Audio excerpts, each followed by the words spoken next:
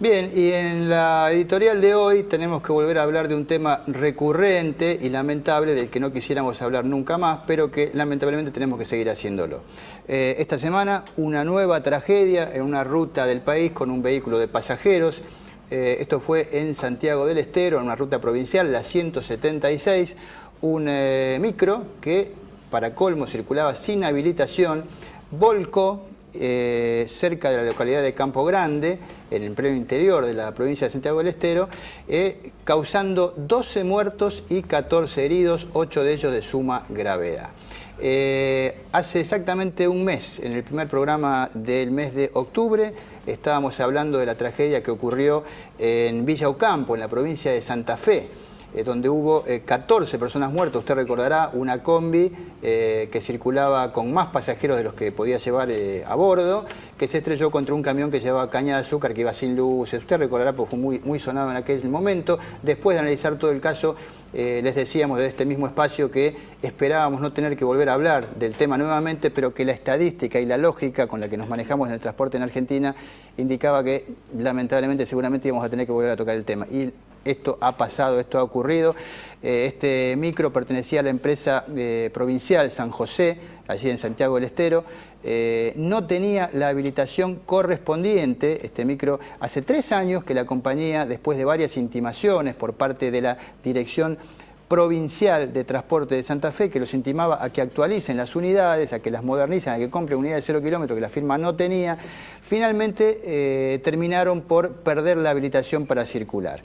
A veces decimos, bueno, hay combis truchas que circulan, hay marginalidad. En este caso no era una combi, eran unidades identificables por fuera, con el logo, con la marca, que tenían un recorrido fijo, que eran fácilmente identificables y que sin embargo se escudaban en una medida de amparo. Usted habrá escuchado hace no mucho tiempo atrás a la Presidenta de la Nación hablar de la justicia cautelar permanentemente que hay en nuestro país. Bueno, esta gente había planteado un recurso de amparo y, según dijo la propietaria de la empresa, la señora Gloria Brandán, habían obtenido un amparo judicial. Después de la justicia esto se ha relativizado, la justicia de Santiago ha dicho que en realidad no había un pronunciamiento claro, pero lo cierto es que la dirección provincial no podía impedirles actuar. Tan flagrante era la situación de esta empresa, el hecho de estar fuera de la ley, que desde que se inauguró la nueva terminal de ómnibus de la capital de Santiago, la empresa no podía entrar, tenía prohibida la entrada. ¿Dónde levantaban pasajeros? En las calles adyacentes, en la puerta de la terminal y luego por la ruta o por las calles. Pese a toda esta irregularidad, la empresa siguió circulando igual. Tenía el amparo desde el año 2007.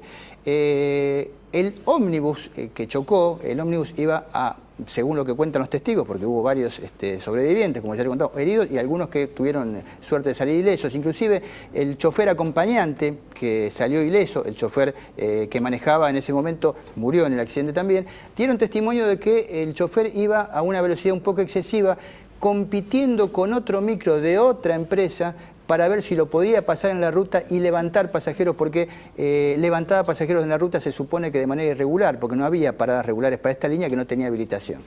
Desde el año 2007, como le decía, tenían imposibilidad legal de actuar pese a que seguían operando. Este micro en cuestión puntualmente era del año 74, tenía 36 años de antigüedad. Imagínese usted en qué condiciones podría estar. La propietaria de la empresa, le decía la señora Gloria Brandán, ante la prensa alegó que ellos, bueno, que seguían circulando porque cumplían, dijo ella, un servicio social en la zona, que llevaban gratis a los alumnos que iban a las escuelas y que a veces cuando en el hospital hacían falta insumos, ellos se ofrecían a llevarlos gratuitamente. Usted dirá, ¿qué tendrá que ver? Nada, no tiene nada que ver, no puede argumentarse una supuesta función social incomprobable además, para violentar la ley y terminar como terminó, con esta cifra de 12 muertos y 14 heridos. Lo más grave de las declaraciones de esta mujer, contra la cual no queremos caerle y hacer leña del árbol caído, pero nos parece de suma gravedad lo que testimonió ante la prensa, estaba llorando, quebrada, pero bueno, los muertos ya estaban muertos, dijo que el colectivo estaba inscripto correctamente como empresa de transporte, que tenía seguro y dijo, y creo que se le hizo la revisión técnica. creo, dijo, que se le hizo la revisión técnica. Imagínese usted en qué condiciones circulaba esa empresa. Esta gente circulaba entre San José del Boquerón, en el norte santiagueño, y la capital provincial. Nosotros nos preguntamos, ¿hasta cuándo vamos a tener que seguir hablando o de falta de fiscalización o de impedimentos para la fiscalización? En este caso, la justicia aparentemente había dictado una medida cautelar, le vuelvo a repetir, otras versiones provenientes de fuentes judiciales de Santiago negaron que hubiera un recurso de amparo realmente dictado por la justicia, pero bueno, la dueña exhibía un papel que le habían dado en los tribunales y que le permitía, aparentemente con ese papel la dirección provincial no podía impedirle circular, así que alguna autorización tenían.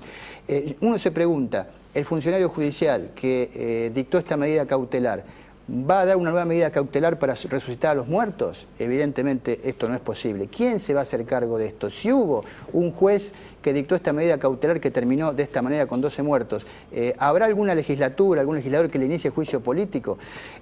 ¿Hasta cuándo vamos a tener que seguir hablando de este tipo de accidentes lamentables que siempre terminan produciéndose con empresas que están al margen de la ley, en la marginalidad, que son competencia desleal para las empresas que sí cumplen con las leyes, pagan impuestos, pagan a los choferes y demás, hacen aportes y demás, y desde la ilegalidad, desde la marginalidad, se sigue produciendo todo esto que genera indiferencia hasta que no se ocasiona un muerto. Una vez más tenemos que volver a decirle que esperemos por mucho tiempo no volver a hablar de estos temas, pero la lógica que volvemos a ver una vez más en las rutas de Argentina implica que lamentablemente vamos a volver a hablar de esto. Esperemos que no, pero seguramente en muy poco tiempo.